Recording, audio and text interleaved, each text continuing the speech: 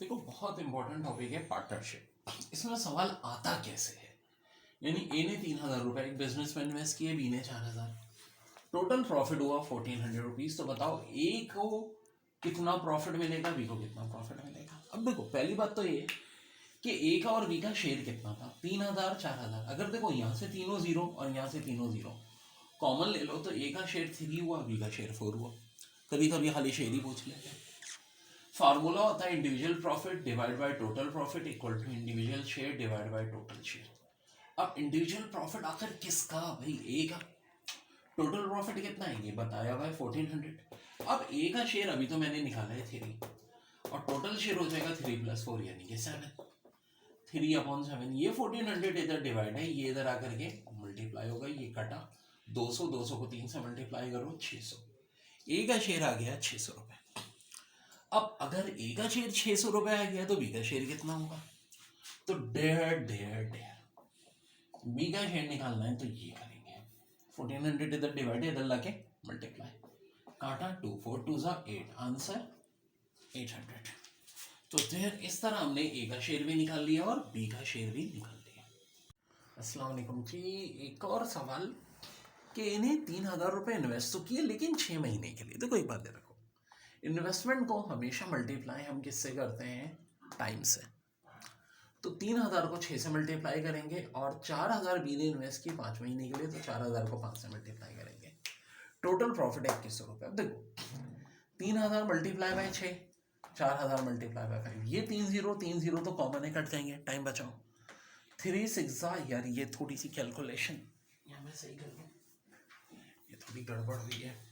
ये होगा 18, तो 18 और 20 का रेशियो 9:10, तो अमाउंट भी टोटल प्रॉफिट 1,900 कर दो, ठीक है। अब ये हो गया जनाब। तो ए का शेयर 9 आ रहा है, बी का 10, तो ऊपर ए के शेयर में 9 आ जाएगा, नीचे 9 + 10, नीचे जाहिर है क्या होता है टोटल शेयर। और ये 2100 की जो 1,900 बल्कि के करते थे ना इसको, 1,900 की जो रकम है ये मल्टीप्लाई हो जाएगी, ऊपर 9 नीचे 19, यहाँ 1,900 कैंसिल होगा तो 900 रुपये। इसी तरह जब हम बी की बात करेंगे तो बी का शेयर 10 आ रहा है, 10 ऊपर रखेंगे, नीचे 9 + 10, टोटल प्रॉफिट 1,900। और इसी तरह ये भी सॉल्व हो जाएगा। तो बड़ी इंपॉर्टेंट बात, जब खाली अमाउंट दिया है तो अमाउंट के हिसाब से शेयर निकलता है। जब अमाउंट के साथ इन्वेस्टमेंट के साथ आपको क्या दी हुई है, टाइम, तो इन्वेस्टमेंट को मल्टीप्लाई करेंगे टाइम से तो टोटल कैपिटल आता है। देखो अब कभी कभी सवाल में ट्विस्ट आ जाता है। ए ने 2,000 रुपये इन्वेस्ट किए 4 महीने के लिए, बी ने भी 3,000 रुपये इन्वेस्ट किए 4 महीने के लिए। मतलब इन्वेस्ट किए लेकिन 4 महीने के बाद। हाँ, कहानी है 4 महीने के बाद ए ने 1,000 रुपये और इन्वेस्ट किए और बी ने 1,000 रुपये विड्रॉ कर लिए। फिर से समझो, ए ने बिजनेस में 2,000 रुपये लगाए, बी ने 3,000 रुपये लगाए, लेकिन लेकिन लेकिन 4 महीने बाद ए ने 1,000 रुपये जमा कर दिए, बी ने 1,000 रुपये निकाल दिए, तो ए के हो गए 3,000 रुपये, बी के रह गए 2,000 रुपये। कितने महीनों के लिए, अगर पूरे साल के लिए लगाएं तो समझो 12 में से 4 माइनस कर दो तो 8 मंथ्स। अब अगर हम इनका क्या, अच्छा जब इतना बड़ा सवाल आता है ना तो टोटल प्रॉफिट वगैरह नहीं देते, बल्कि खाली क्या कहते हैं कि जी इनका शेयर निकाल लो। अब शेयर कैसे निकलेगा, तो भाई देखो कहानी ऐसी है कि ए ने 2,000 रुपये जो इन्वेस्ट किए थे 4 महीने के लिए, और फिर जो 3,000 किए 8 महीने। 8 महीने क्यों, क्योंकि देखो साल में 12 महीने होते हैं, 4 माइनस कर दो तो 8। अब देखो ये 8,000 आ रहा है, ये 24,000 आ रहा है, साफ दिख रहा है, एडअप कर लो, 32,000 ए का कैपिटल बना। बी का कितना बनेगा भाई, 3,000 4 महीने के लिए था और फिर 2,000 8 महीने के लिए। 3 को 4 से मल्टीप्लाई करो 12, 2 को 8 से मल्टीप्लाई करो 16, 12 और 16 को प्लस करो 28,000। अब देखो तीनों जीरो कॉमन आ रहे हैं, कैंसिल हो जाएंगे, 32 और 28 बचा। अब ये भी देखो 4 के टेबल से कैंसिल हो जाएगा, आंसर हो जाएगा 8:7, ए और बी का शेयर। अब कल कला को हो सकता है इसमें टोटल प्रॉफिट भी पूछ लें, लेट सपोज 3,000 या कुछ होता था, तो कौन सा मुश्किल था यार। ए का शेयर आ गया 8, ए और बी का शेयर मिला के 8 और 7, और ये 3,000 जो वहाँ डिवाइड इधर आके मल्टीप्लाई होता, 3,000 को 15 से काटते 200, 8 से मल्टीप्लाई करते 1,600। इसी तरह बी का शेयर निकालना होता तो 7 ऊपर रख देते, 8 + 7 तो नीचे ही होता, 3000 से मल्टीप्लाई करते थे।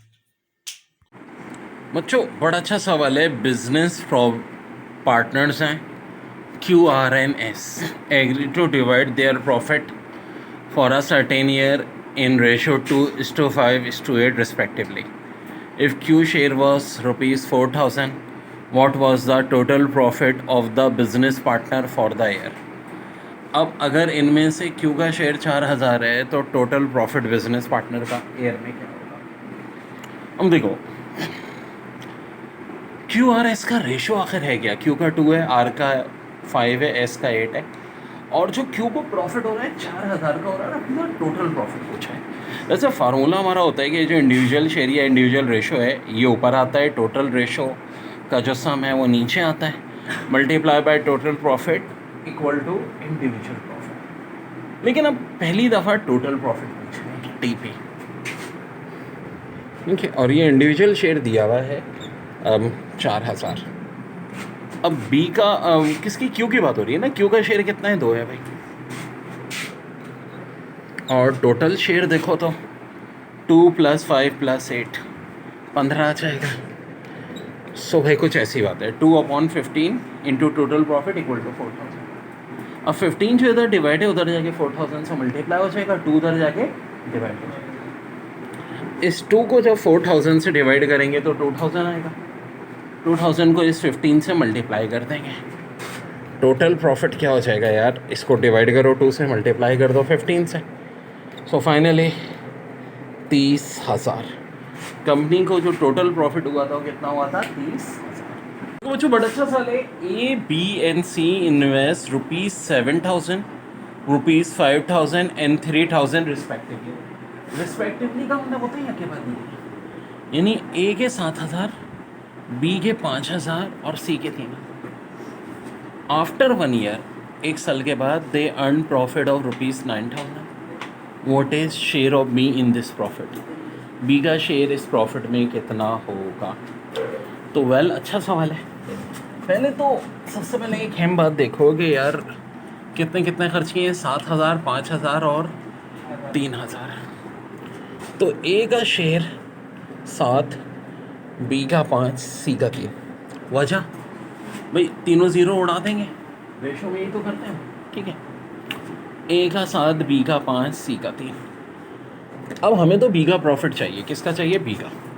तो फार्मूला होता है इंडिविजुअल प्रॉफिट, यानी बी का प्रॉफिट किसके इक्वल होगा? इंडिविजुअल का share divide by total share. अब देखो 753 में बी का शेयर 5 है, टोटल शेयर हो जाएगा 753 का सम 15, मल्टीप्लाई करेंगे टोटल प्रॉफिट कितना है भाई? 9,000। सो ये कैंसिल होंगे, जी हाँ, 5 के टेबल से 3 बचा, 9,000 को 3 से डिवाइड कर दो, आंसर ₹3,000, यानी कि ऑप्शन। ठीक है, बड़ा अच्छा सवाल है। ANZ enters into a partnership. A contribute ₹5,000 साल में आता है फॉर 8 मंथ, 8 महीनों के लिए उसने 5,000 रुपये इन्वेस्ट किए। किसने भाई? ए ने। और Z भाई ने 15,000 रुपये इन्वेस्ट किए फॉर 4 मंथ। अब ए का शेयर टोटल प्रॉफिट 50,000 में पूछ रही है। वेल देखो दो बातें, ए ने 5,000 इन्वेस्ट तो किए, लेकिन कितने अरसे के लिए? 8 महीने। तो फिर बात ध्यान में रखो कि बिजनेस में, कैपिटल में सबसे इंपॉर्टेंट ये होती है बात, एक तो कैपिटल कितना इन्वेस्ट किया और कितने अरसे के लिए किया। 5,000 फॉर 8 मंथ मल्टीप्लाई किया 40,000, और 15,000 फॉर 4 मल्टीप्लाई किया 60,000। अब रेशो चाहिए तो देखो दोनों तरफ से 4 जीरो तो कैंसिल हो जाएंगे। ए का आया 4, जेड का 6, 4 और 6 भी 2 के टेबल से कट सकता है। तो ए का रेशो आया 2, जेड का 3। अब फार्मूला क्या होता है? फार्मूला होता है इंडिविजुअल प्रॉफिट का हमेशा, कि इंडिविजुअल शेयर को डिवाइड करो टोटल शेयर से, मल्टीप्लाई कर दो टोटल प्रॉफिट से। क्या मतलब हुआ भाई? अब ए का शेयर कितना है? ए का क्यों? क्योंकि देखो पूछा किस में? ए का share. A share in are total profit of ₹50,000। Total profit 50,000 है जिसमें ए का पूछ रहे हैं। तो देखो ए के जो इंडिविजुअल शेयर बन रहा है 2 बन रहा है, जेड का 3 बन रहा है। तो इस फार्मूले में मैं यहाँ 2 लिखूँगा और टोटल यानी 2 + 3 यहाँ लिख दिया। अब टोटल प्रॉफिट कितने का है? 50,000 का। भाई अभी तो देखा था हमने ये 50,000। सोचा ये कैलकुलेशन करनी है। 50,000 2 + 3 यानी 5 से डिवाइड हो जाएगा। यहाँ आएगा 10,000। 10,000 को जब हम 2 से मल्टीप्लाई करेंगे तो आंसर आ जाएगा ₹20,000 मेरा। ठीक है जनाब, आज बड़ा इंपॉर्टेंट टॉपिक है पार्टनरशिप प्रॉब्लम्स का और शेयर्स का। जैसे कि देखो A and Z enter into a partnership. वो दोस्त पार्टनरशिप में इंटर हुए। A contributes ₹4,000 for 8 months and Z ₹6,000 for 4 month. ये बात समझ में आ गई। A share in a total profit of ₹3,500।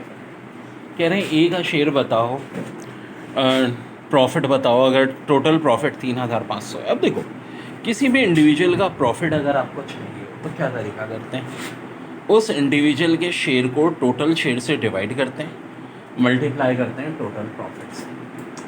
जैसे जैसे हम क्वेश्चन करते रहेंगे फार्मूला ना से समझ में आ जाएगा, आपको याद भी हो जाता है। देखो सिंपल सी बात है, ए ने 4,000 रुपये इन्वेस्ट किए, ये है ना 4,000, लेकिन कितने महीनों के लिए? 8 महीनों के लिए। तो देखो पार्टनरशिप में इस बात की बड़ी अहमियत होती है कि कितने अरसे के लिए। तो 4,000 को मैं क्या करूँगा, 8 से मल्टीप्लाई कर दूंगा 32,000। ये कैपिटल की बात हो गई। जेड भाई ने 6,000 इन्वेस्ट किए, लेकिन 4 मंथ के लिए 6,000 मल्टीप्लाई बाय 4 24,000। अब मुझे इनका शेयर का रेशो निकालना है। रेशो कैसे निकलता है भाई? सो देखो, अब जो कॉमन चीज़ है वो काट दो। 3 0 कॉमन है, फिर देखो ये दोनों 8 के टेबल से कट जाएंगे। ए का रेशो आ जाएगा 4, जेड का रेशो आ जाएगा 3। भाई 32 और 24 को 8 से डिवाइड कर दो। अब मुझे फाइनली चाहिए क्या था? ए का प्रॉफिट। ठीक है जी, ए का प्रॉफिट। अब ए का शेयर कितना आया है? 4 आया है। और टोटल शेयर क्या हो जाएगा भाई? 4 और 3 दोनों का सम। ठीक है, बहुत क्वेश्चन हम कर रहे हैं इंशाल्लाह से। और टोटल प्रॉफिट, हाँ जी, कितना हुआ है? 3,500। तो इसको मल्टीप्लाई कर दो 3,500 से। ये कटेगा जी 7 से, बिल्कुल जी कटेगा। 500 बचा, 500 को मल्टीप्लाई कर दो 4 से, आंसर आ गया आपका। देखिए जी, बड़ा अच्छा सवाल है। Cost of an article is ₹500। Man paid ₹50 cash and the shopkeeper agreed to pay the remaining amount in 6 monthly installment of ₹80 cash each. Find the amount he paid in excess. Cost जो है article की 500 रुपये और man जो paid कर रहा है ₹50 cash और 6 मंथली इंस्टॉलमेंट ₹80 ईच की। तो बताओ अमाउंट पेड एक्सीज में कितना करेगा? बड़ा अच्छा सवाल है।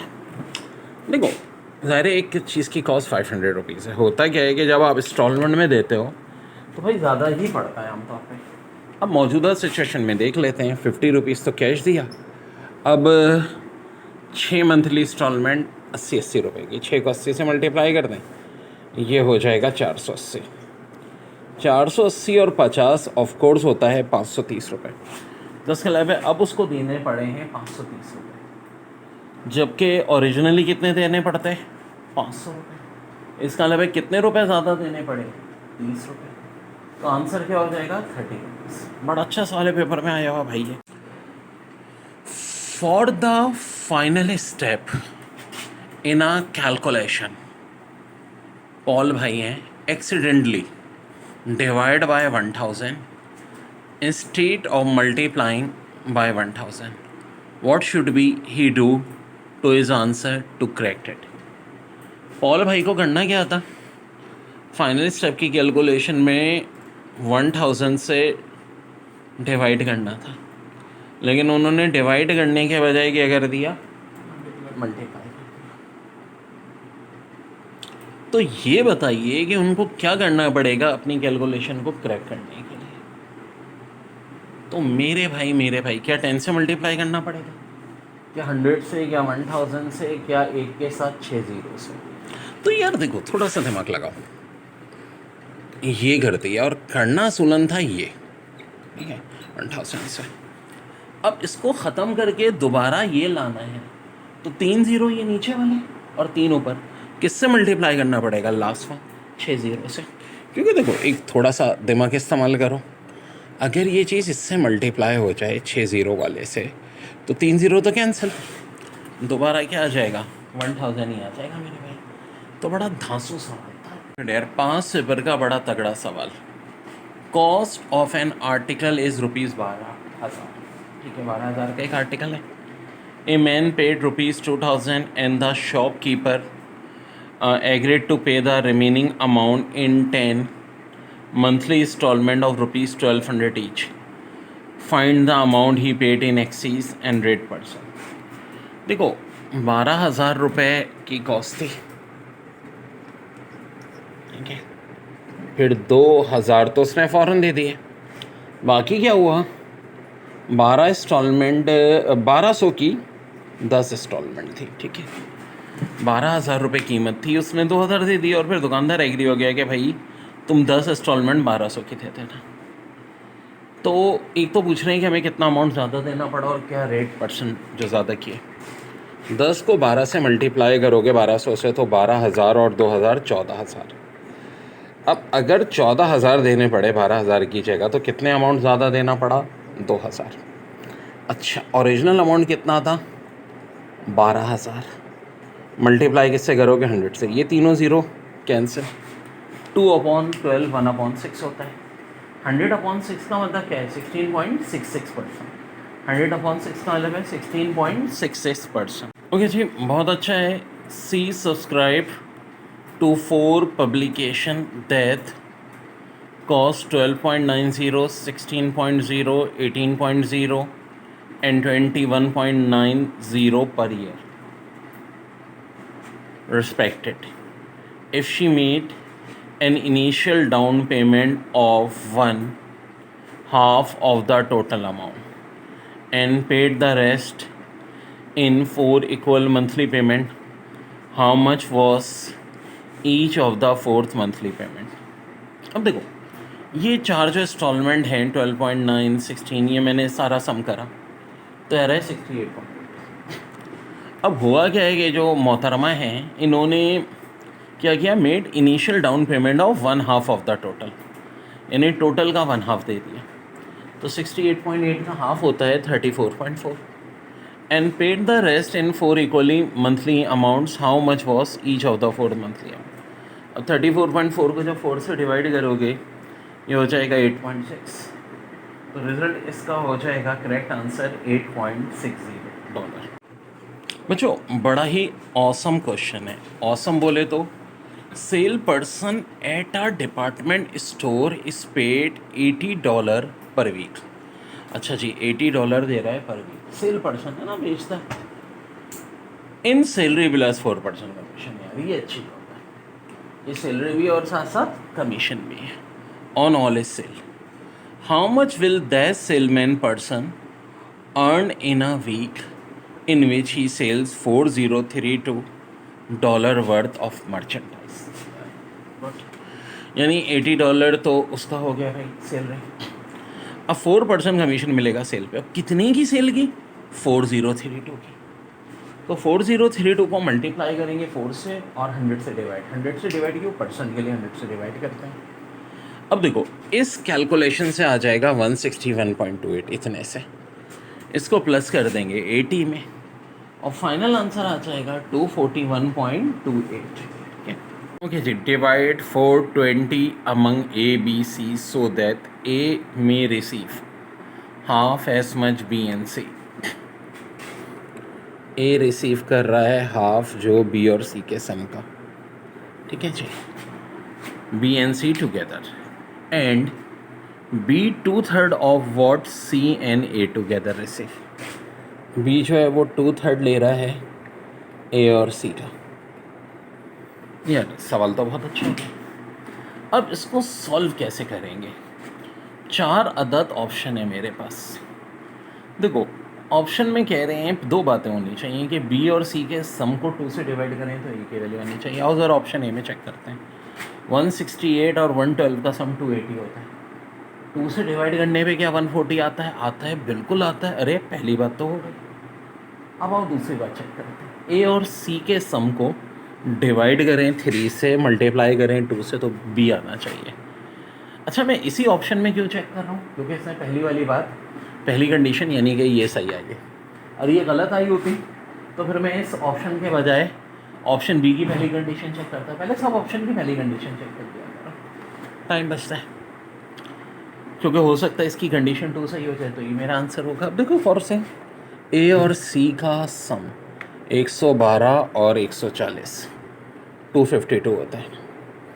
3 से डिवाइड और 2 से मल्टीप्लाई करके देखना है कि बी यानी 168 के इक्वल आता है कि नहीं। 252 को अगर 3 से डिवाइड करो तो ये कितना होगा, 84 होगा। 84 को 2 से मल्टीप्लाई करो, क्या 168 होगा? बिल्कुल होगा यार। अरे यार ये तो कमाल हो गया, यानी कि आंसर हो गया ऑप्शन ए। बाकी चेक करने की ज़रूरत ही नहीं है। शेयर्स के हवाले से एक बड़ा अच्छा सवाल, divide ₹1360 among A, B and C such that A gets 2/3 of what B gets and B gets 1/4 of what C gets। अच्छी बात, यानी भाई 1360 रुपये हमने ए बी सी में इस तरह डिवाइड किए कि ए ने 2/3 लिया जो कि बी ने लिया, और B get 1/4 of what C get. तो आपसे कह रहे हैं ए बी सी के शेयर्स कितने होंगे, ये 4 ऑप्शन है। तो देखो कुछ ऐसी बात समझ में आ रही है कि जो बी है वो सी के 1/4 के बराबर है, और ए जो है बी के 2/3 के बराबर है, और तीनों का जो सम आ रहा है वो 1360 आ रहा है। सो यार पहले मैं बी और सी को देख लूँ, क्योंकि आसान बात है कि सी को अगर 4 से डिवाइड करूँ बी आना चाहिए। ऑप्शन ए में तो ऐसा नहीं है, ना सी में ना डी में। हाँ बी में आ रहा है, क्योंकि 960 को अगर मैं 4 से डिवाइड करता हूँ तो 240 आता है।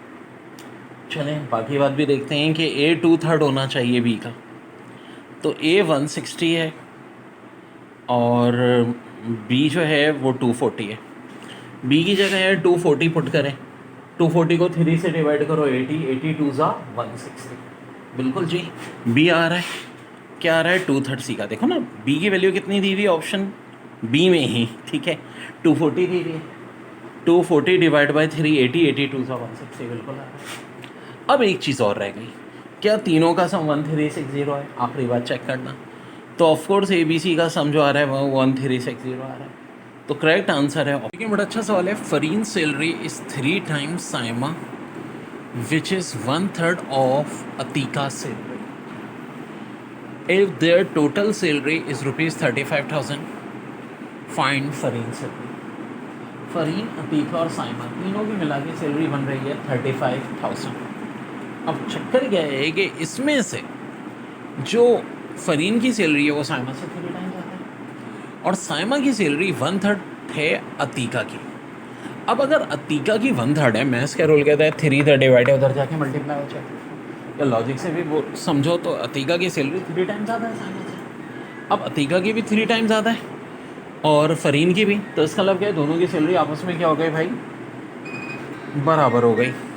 ठीक है, अब फरीन और अतीका दोनों की सैलरी अगर 3 यूनिट है तो साइमा की सैलरी क्या होगी, 1 यूनिट होगी। तो टोटल यूनिट कितने हो जाएंगे, 3 फरीन के, 3 अतीका के और 1 साइमा का। देखो ना, फरीन, अतीका और साइमा मिला के 35,000 हो रहा है। अब फरीन भी साइमा से 3 टाइम ज़्यादा, अतीका भी, तो 3 यूनिट ही है, 3 यूनिट ही है और 1 यूनिट ही है, ये 7 यूनिट बराबर है 35,000 की। तो 1 यूनिट कितना होगा, 35,000 को 7 से डिवाइड कर दो 5,000। अब अगर 1 यूनिट 5,000 है तो 3 यूनिट क्या हो जाएगा, 5,000 3 सा 15,000, 5,000 3 सा 15,000। इसी तरह हमारा क्या होगा बच्चों, आंसर आ जाएगा।